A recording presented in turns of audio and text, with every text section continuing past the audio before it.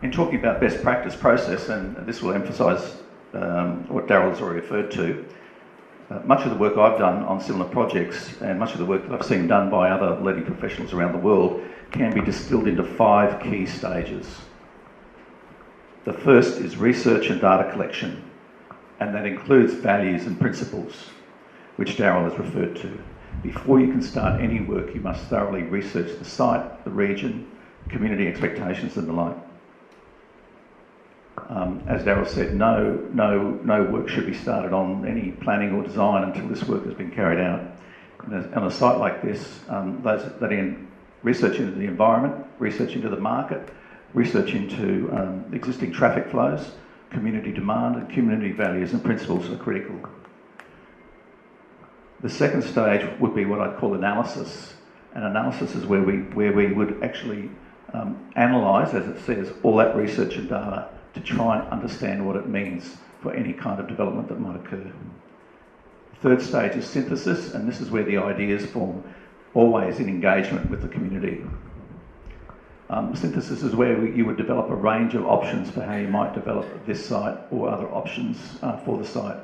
And then there's a cyclic process where those options are tested and refined until you end up with number 4, which is where you end up with a preferred site and a preferred concept. And you develop those in more detail, always informed by the community and always informed by the research. And finally, very similar to what Darryl has referred to, an action plan or a method of delivery or implementation to ensure the best community outcome. And I want to emphasise the best community outcome because that's the key to the project at the end of the day. If it doesn't contribute and add to the community, then it's not usually worth doing.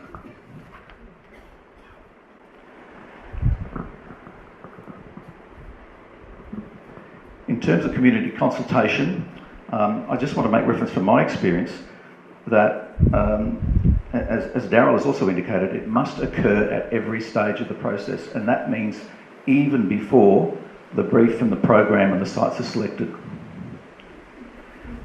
There is usually the establishment of a community reference group, often the excuse of development organisations, whether they be statutory or private, is that it's very difficult and very messy to deal with a community, and the establishment of a community reference group elected by the community and reporting back to the community is usually critical to ensure that the project has the ability for that ongoing consultation. Thirdly, it must happen openly with maximum transparency for the benefit of the project and community ownership. I think what we've seen to date is probably the opposite of that. Even some of the critical data that would allow us to understand whether or not this project is worth pursuing in its current form is still not available and is held in confidence. I know as a designer in years gone past, designers and particularly architects and planners by their nature were fearful of community consultation. I've learned to embrace it quite strongly as I found it offers and has offered the unique access to knowledge and a way of enriching the development for that community and ensuring community ownership, which ultimately will ensure its success. These old notions that we have to protect people from knowledge are obviously pretty ridiculous, and that's the attitude we seem to have from the current council. We need to confirm how the community will achieve those outcomes. In other words, if there are to be community outcomes, how will they be achieved? How will they be delivered? Are they being delivered by the private sector or the public sector? Are they being delivered up front? Are they subject to profitability? Are they deeply embedded and locked into a program? And finally, there must be an ongoing review process to safeguard those community outcomes. So it's not a matter of just the developer or the local authority or the statutory authority up front saying, don't you worry about it, we'll make sure it's delivered. That review process has to be ongoing throughout the project, and the quality of those community outcomes must be reviewed. 2 key questions for any development which have to occur in terms of how the project ends up at the end of the day is who owns the land now and who will own the land in the future. ownership is critical to responsibility for maintenance and maintenance of the quality of both the community infrastructure and the private infrastructure. And secondly, and although this is a little technical, what is the infrastructure agreement? The infrastructure agreement, which is, has been entered into, I understand, already by the council and the state and the developer in this instance, is not available to the public, to anybody in this room to actually view. So we don't actually know what you as a community are getting out of this development, when you're going to get it, how much value it has and the like. We're just being told that don't you worry about that.